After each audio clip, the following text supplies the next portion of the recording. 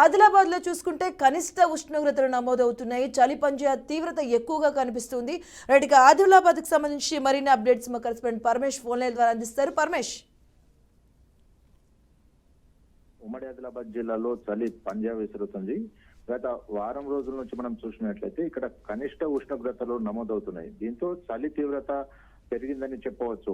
ప్రధానంగా మనం చూసుకున్నట్లయితే ఉమ్మడి ఆదిలాబాద్ జిల్లాలోని ఏజెన్సీ ప్రాంతంలో ఈ చలి తీవ్రత మరింత ఎక్కువగా ఉందన్నట్టు కూడా మనకు తెలుస్తుంది. ముఖ్యంగా ఉట్నూర్ డివిజన్ లోని సిర్పూర్, కెరమెరి ఇలాంటి ప్రాంతాల్లో ఈ చలి తీవ్రత ఎక్కువగా ఉందని తెలుస్తుంది.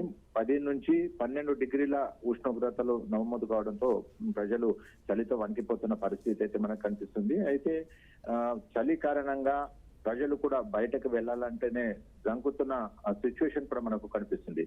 అయితే ప్రధానంగా వృద్ధులు, పిల్లలపై ఈ చలి ప్రభావం ఎక్కువగా ఉంటుందని కూడా వైద్యులు చెబుతున్న పరిస్థితి. అస్తమా పేషెంట్లు ఈ చలికి చాలా ఇబ్బంది పడుతున్నట్లు కూడా మనకు తెలియవస్తుంది. గడిచిన వారం రోజులుగా మనం చూసినట్లయితే ఈ వర్షాల వల్ల చలి మరింత పెరిగింది. దీంతో ప్రజలు బేంబెల్లెత్తిపోతున్నారు. అయితే ఈ చలి తీవ్రత కారణంగా ఇప్పటికే మార్నింగ్ వాకర్స్ కూడా ఆలస్యంగా మార్నింగ్ వాకింగ్ కు వెళ్లాల్సిన సిచ్యువేషన్ కూడా కనిపిస్తుంది. అదేవిధంగా పిల్లలు, ప్రధానంగా పిల్లలు బడికి వెళ్లాలంటేనే కొంచెం ఆలస్యం కూడా వెళ్తున్న పరిస్థితి కూడా మనకు కనబడుతుంది. అయితే ఈ ఉమ్మడి ఆదిలాబాద్ జిల్లాలో ప్రతి ఏటా కూడా, అంటే రాష్ట్రం వ్యాప్తంగా చూసినట్లయితే ఉమ్మడి ఆదిలాబాద్ జిల్లాలోనే అత్యల్ప ఉష్ణోగ్రతలు నమోదవుతున్నాయి. ఈ ఏడాది కూడా ఇప్పటి నుంచే ఈ ఉష్ణోగ్రతలు పడిపోవడంతో చలి తీవ్రత పెరిగింది. అయితే చలి కారణంగా మాత్రం ఇటు ఉదయమే తెరుచుకోవాల్సిన వ్యాపార వాణిజ్య సంస్థలు కూడా చాలా ఆలస్యంగా తెరుచుకుంటున్నాయి. అదేవిధంగా ప్రధానంగా వ్యవసాయ పనులకు వెళ్లే వాళ్ళు కానివ్వండి, కూలి పనులకు వెళ్లే వాళ్ళు కూడా ఈ చలి కారణంగా ఉదయం పూట కాస్త ఆలస్యంగా వెళ్లాల్సిన పరిస్థితి కూడా వాళ్ళకు కనిపిస్తుంది. మొత్తంగా చూస్తే ఉమ్మడి ఆదిలాబాద్ జిల్లా వ్యాప్తంగా కూడా చాలా ఈ చలి కారణంగా ప్రజలైతే తీవ్ర ఇబ్బందులు పడుతున్నారు.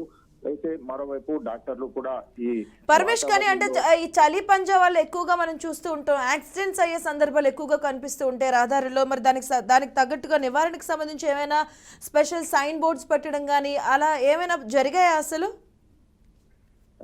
ఈ చలి కారణంగా మంచు దుప్పటైతే ఆదిలాబాద్ జిల్లాను కప్పేస్తుందని చెప్పవచ్చు. పొగ మంచు కారణంగా రహదారులపై వెళ్లే వాహనదారులకు మాత్రం తీవ్ర ఇబ్బందులు పడాల్సి వస్తుంది. అయితే ఆదిలాబాద్ జిల్లా గుండా వెళ్తున్నటువంటి 44వ జాతీయ రహదారిపై పొగ మంచు అధికంగా ఉండడంతో వాహనదారులు మాత్రము చాలా జాగ్రత్తగా వెళ్లాల్సి వస్తుంది. కొన్ని చోట్ల ఈ పొగ మంచు కారణంగా ఎదురుగా వచ్చే వాహనాలు కనబడకపోవడంతో కొన్ని యాక్సిడెంట్లు కూడా జరిగిన సందర్భాలు కూడా ఉన్నాయి. అయితే జాతీయ రహదారి 44పై మాత్రం అక్కడక్కడ ఏదైతే యాక్సిడెంట్లకు సంబంధించిన యాక్సిడెంట్ జోన్లు ఉంటాయో అక్కడ మాత్రం కొన్ని బోర్డులు కూడా ఏర్పాటు చేయడం జరిగింది. అయినప్పటికీ కూడా పొగమంచు కారణంగా చాలా జాగ్రత్తగా నడపాల్సి ఉంటుంది. ముఖ్యంగా రాత్రి వేళల్లో వెళ్లే ఏదైతే వాహనదారులు ఉంటారో వాళ్ళు మాత్రం రాత్రి వేళల్లో చాలా ఇబ్బంది పడాల్సి వస్తుంది.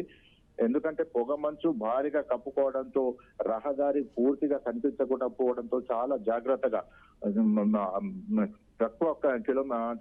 తక్కువ వేగంతో వెళ్లాల్సిన పరిస్థితి కూడా మనకు నెలకొంది.